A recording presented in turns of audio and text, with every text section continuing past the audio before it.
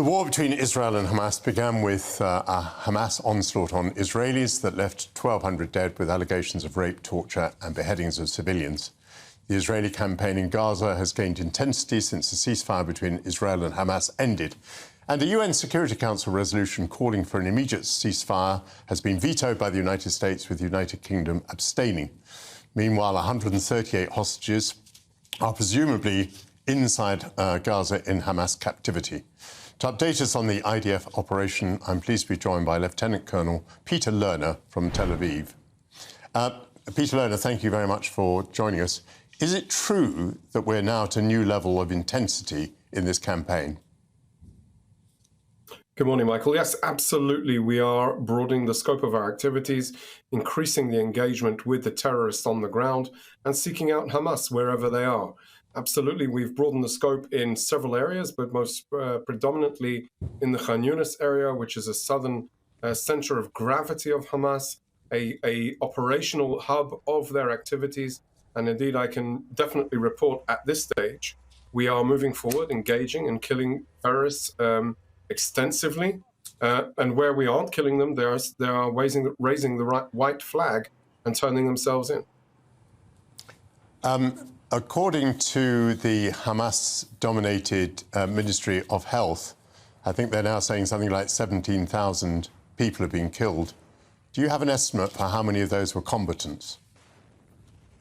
Several thousands of those are terrorists, several thousands of those that we've engaged on the ground, several thousands of those that we've taken out by airstrikes or naval strikes. So I would say there's an increasing number, and even as we speak now, the fight still continues.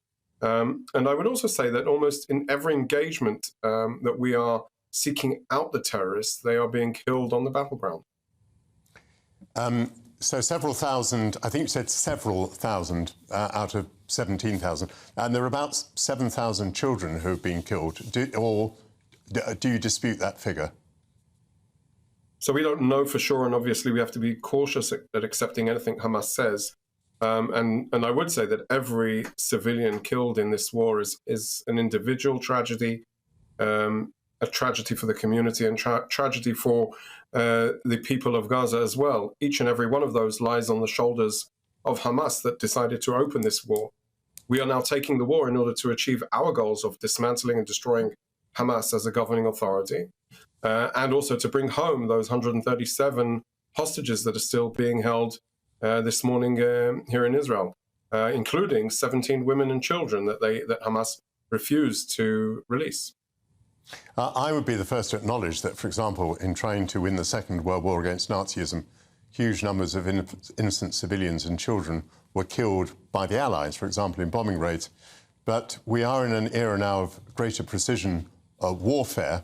I think the IDF has been using 900-kilogram bombs, some of which, according to reports, have wiped out whole families. Is it still the claim that the IDF is doing everything that it possibly can to avoid civilian casualties? Michael, I think we also need to understand the nature of the area of combat. This is what Hamas has done over the last 16 years. They've built their infrastructure. There isn't one civilian building that we aren't finding weapons or access points to their tunnel system, or command and control positions, which is basically communications hubs where they instruct the operatives to operate from. And this really illustrates exactly the nature of how we are conducting our warfare. But I would definitely say the nature of getting people out of harm's way is the essence of our operations, of distinguishing between the civilians and the terrorists, the non-combatants and those that are hostiles. Absolutely, I would say that is, that lies at the center of our decision-making process, but also the essence of how we mobilize on the ground. Of course, when terrorists are using schools for staging grounds, when they're using mosques, when they're using hospitals, it puts all of the civilian population at risk. And what we are doing is trying to get people out of harm's way by instructing them, by encouraging people to move from place to place, by putting out announcements. Even in the last couple of hours, we've given more announcements to civilians in specific areas because we need to operate there, because that is precisely where Hamas is operating.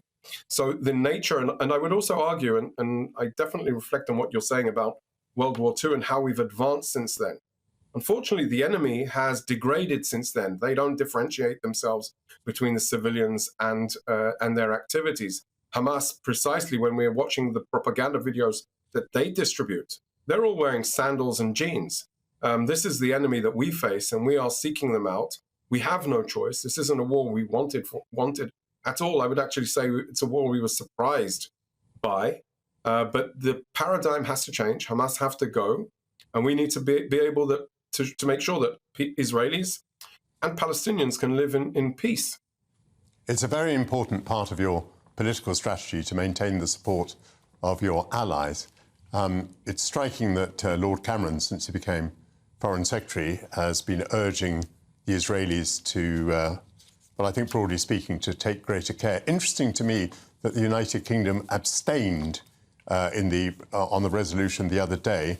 Are you confident that you're maintaining the support of your allies? I'm confident that we are supported in a way that everybody understands that the goal of bringing home the hostages and ridding the world or the control of Gaza, of Hamas, is the right thing to do.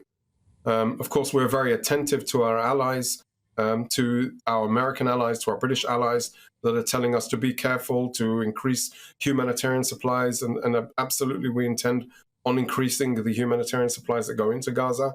But at the end of the day, the difference perhaps is between the wars of the last 20 years in the Middle East, of conflicts in similar arenas, close combat, densely populated areas, this is on our doorstep. These people, these terrorists came from the town of Khan Yunis into the kibbutz, into Re'im, into the towns, and they butchered the babies of the kibbutzim in their bedrooms. They took the women, they raped the women, they beheaded people, and then they snatched them into Gaza. So this is literally on our doorstep, and they came into our houses, and that's what they did. And this is why the situation, the paradigm has to change. Thank you very much indeed for joining us today, Lieutenant Colonel Peter Lerner.